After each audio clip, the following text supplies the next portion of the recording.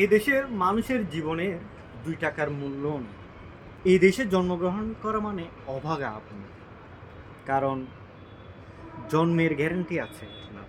আপনি কিভাবে মারা যাবেন তার কোনো এই দেশে নিশ্চয়তা নেই। আপনি ফুটপাত ধরে রাস্তায় হাঁটতেছেন, দেখবেন যে একটা বিল্ডিং নির্মাণাধীন বিল্ডিংয়ের থেকে ইট পড়ে আপনি নাই। কিংবা রাস্তায় হাঁটতেছেন, কোনো গাড়ি বা ট্রাক এসে আপনাকে মেরে দিল। ঠিক আছে, আপনি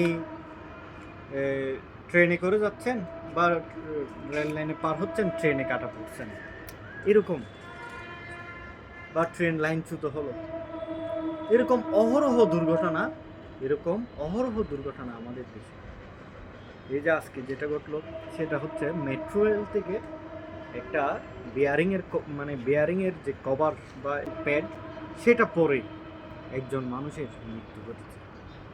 এই মানুষটি কি একটু মৃত্যুর কিছুক্ষণ আগেও চিন্তা করেছিল এভাবেই তার মৃত্যু হবে? মৃত্যু নিশ্চিত, আমরা জানি সবাইকে আমাদের একদিন মৃত্যুবরণ করতে হবে, কিন্তু এইভাবেই অসচেতনতার অভাবে কিংবা কোনো একটা প্রতিষ্ঠানের অবহেলায় এইরকম মানুষ মারা যাওয়ার নজির পৃথিবীতে আর কোথাও আছে কিনা সন্দেহ।